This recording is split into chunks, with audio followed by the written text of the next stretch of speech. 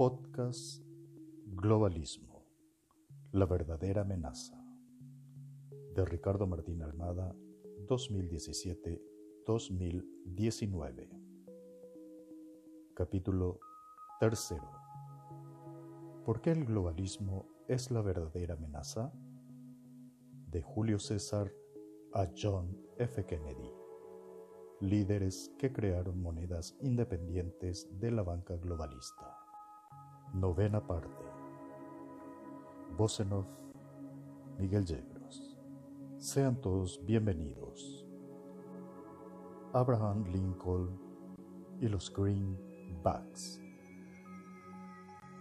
Para resumir y comprender el contexto de Lincoln y su posterior asesinato, son útiles las palabras de Otto von Bismarck, el canciller de Alemania, el hombre que unió los estados alemanes unos años después.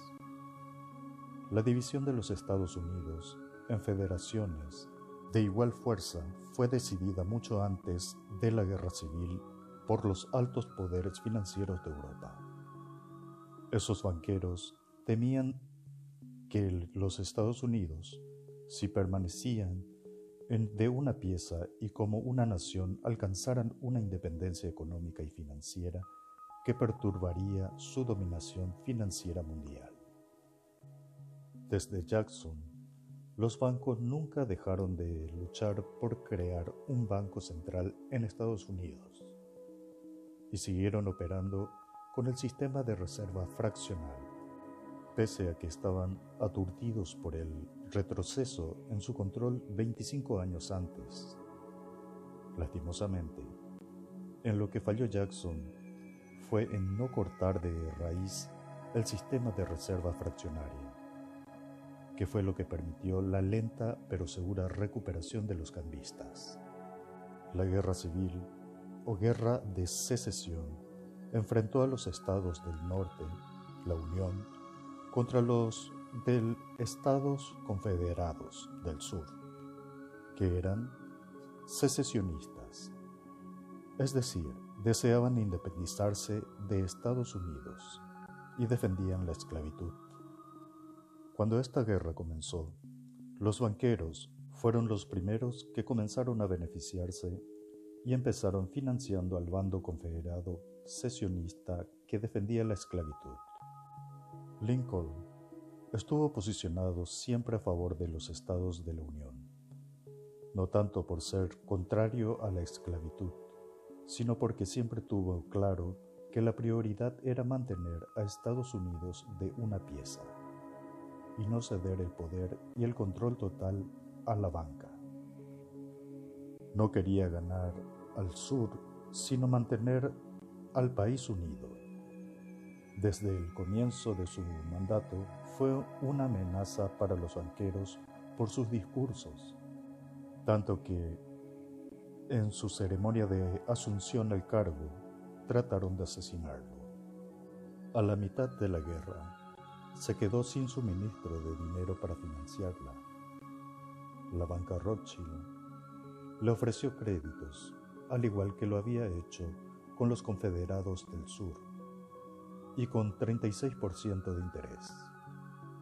Lincoln les contestó con su conocida frase: gracias, pero no gracias, y creó una moneda libre de deuda de la banca llamados Greenbacks.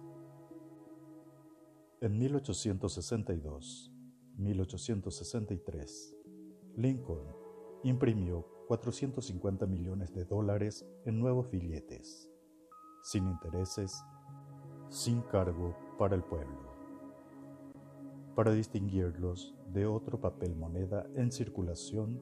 Fueron impresos con tinta verde en el reverso, por eso el nombre Greenbacks. Este fue su discurso al respecto. El gobierno debe crear, emitir y circular todo el dinero y crédito necesarios para satisfacer el poder de gasto del gobierno y el poder de compra de los consumidores.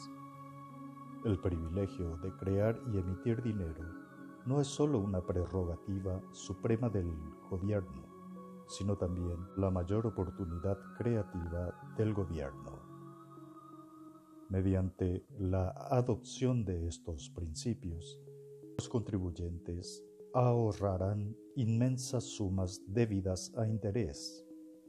El dinero dejará de ser el amo y se convertirá en siervo de la humanidad. Un sincero editorial en el London Times, periódico inglés, explicaba la actitud de los banqueros frente a los greenbacks de Lincoln.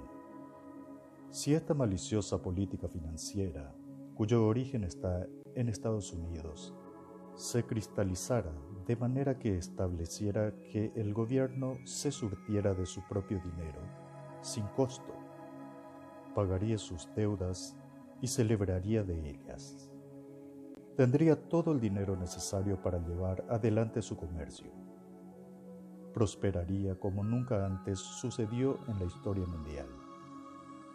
Los cerebros y riqueza de todos los países irían hacia Norteamérica.